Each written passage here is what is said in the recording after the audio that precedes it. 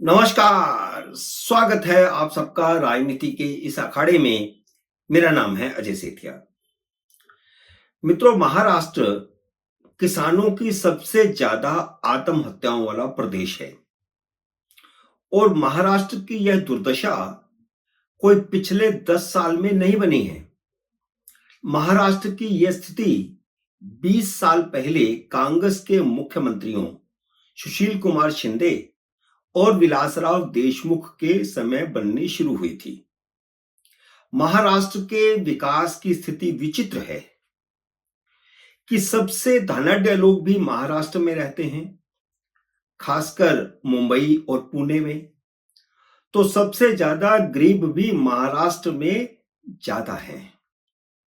शरद पवार जैसे सबसे ज्यादा अमीर किसान भी महाराष्ट्र में हैं और कर्ज में डूबे किसानों की आत्महत्याएं भी सबसे ज्यादा महाराष्ट्र में हुई हैं। भाजपा उसी महाराष्ट्र में अपनी राजनीतिक आत्महत्या की रणनीति पर चल रही है। अब यह आत्महत्या होगी या नहीं, ये तो मैं अभी नहीं कह सकता, लेकिन उस रास्ते पर वह चल रही है। महाराष्ट्र विधानसभा का चुनाव नतीजा भविष्य की देश की राजनीति का केंद्र बिंदु बनेगा। अगर भाजपा का गठबंधन हार जाता है तो हरियाणा में बनी उसकी बढ़त खत्म हो जाएगी। अगर भाजपा का गठबंधन जीत जाता है तो लोकसभा चुनाव में बनी इंडी गठबंधन की हवा निकल जाएगी। इसलिए अपनी बढ़त बनाने के लिए दोनों गठबंधनों ने अपनी सारी ताकत झोंक दी है। लोकसभा चुनाव नतीजों ने बताया था कि कांग्रेस का गठबंधन, जिसे वहां महाविकास आघाड़ी कहते हैं, उसने वहां बढ़त बनाई थी। उसे 48 में से 30 सीटें मिली। भाजपा का गठबंधन, जिसे वहां महायुति कहते हैं, वह पिछड़ गई थी। महायुति को 48 में से सिर्फ 18 सीटें मिली थी। उत्तर प्रदेश के बाद भाजपा को सबसे बड़ा झटका महाराष्ट्र में लगा था। इसलिए भाजपा को महाराष्ट्र में रणनीति बदलनी चाहिए थी, कुछ बदलाव करना चाहिए था लोकसभा के चुनाव नतीजों के बाद। लोकसभा चुनाव में अजीत पवार सबसे कमजोर कड़ी साबित हुए थे। अलबत्ता भाजपा के भीतर भी ऐसे कई नेता हैं जो मानते हैं कि भाजपा अजीत पवार के कारण ही महाराष्ट्र में हारी। भाजपा को अपनी इस कमजोर कड़ी से नाता तोड़ लेना चाहिए था, लेकिन भाजपा ने ऐसा नहीं किया, बल्कि गठबंधन में उसे थोड़ी बहुत नहीं 53 सीटें दे दी। इसके अलावा अजीत पवार ने शिवाजी नगर सीट पर धोखे से शिवसेना के सामने नवाब मलिक को टिकट दे दिया। हालांकि नवाब मलिक और समाजवादी पार्टी के अब्बू आजमी, इन दोनों के मुकाबले में शिवसेना बाजी मार ले जा भी सकती है, लेकिन मलिक के बाद अजीत पवार ने अब नया दांव चल दिया है। इंडियन एक्सप्रेस को दिए इंटरव्यू में उन्होंने कह दिया है कि वे भाजपा के बटोगे तो कटोगे वाले नारे से सहमत नहीं है। इसलिए वे अपनी 53 सीटों पर योगी आदित्यनाथ को तो नहीं बुलाएंगे, अमित शाह और नरेंद्र मोदी को भी प्रचार के लिए नहीं बुलाएंगे, क्योंकि नरेंद्र मोदी ने भी उसी तर्ज पर कहा है कि एक रहोगे तो सेफ रहोगे। अजीत पवार से दूरी भाजपा को बनानी चाहिए थी, क्योंकि वह उसे नुकसान पहुंचा रहे हैं। लोकसभा चुनाव में भाजपा को अजीत पवार के कारण नुकसान पहुंचा, लेकिन उल्टे अजीत पवार ने भाजपा से दूरी बना ली है, और यह दूरी बनाई है विचारधारा में टकराव के कारण। विचारधारा में टकराव उन्होंने बता दिया है।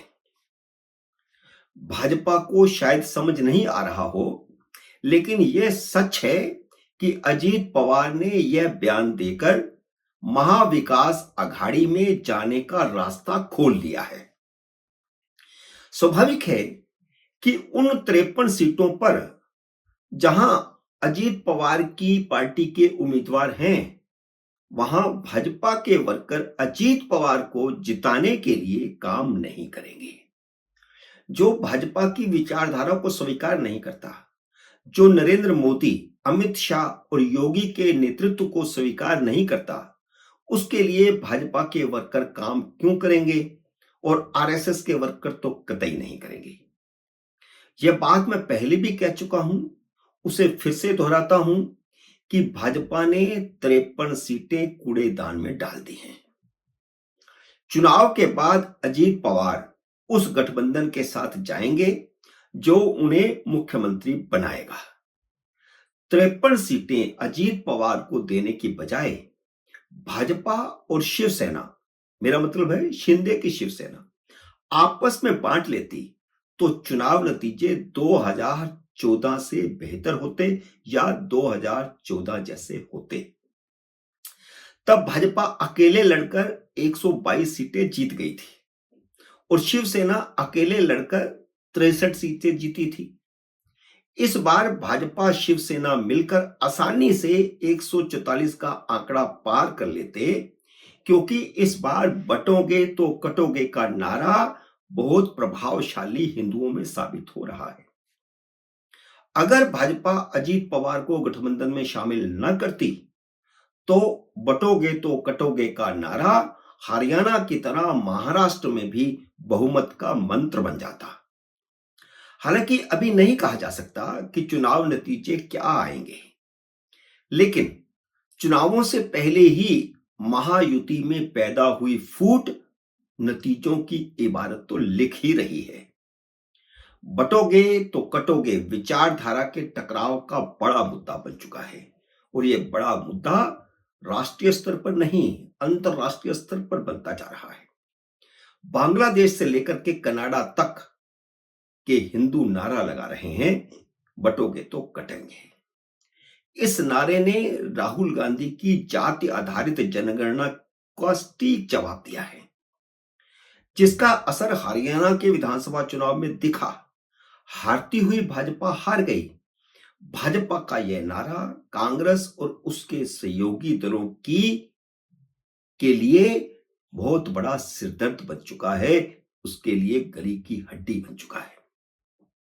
मल्लिकार्जुन खड़गे से लेकर अखिलेश यादव तक इस नारे का जवाब ढूंढ रहे हैं, क्योंकि उन्हें पता है कि यह नारा जय श्री राम के नारे का नया रूप है और जय श्री राम के नारे ने भाजपा को राष्ट्रीय राजनीति में कांग्रेस का विकल्प बनाकर के खड़ा कर दिया था।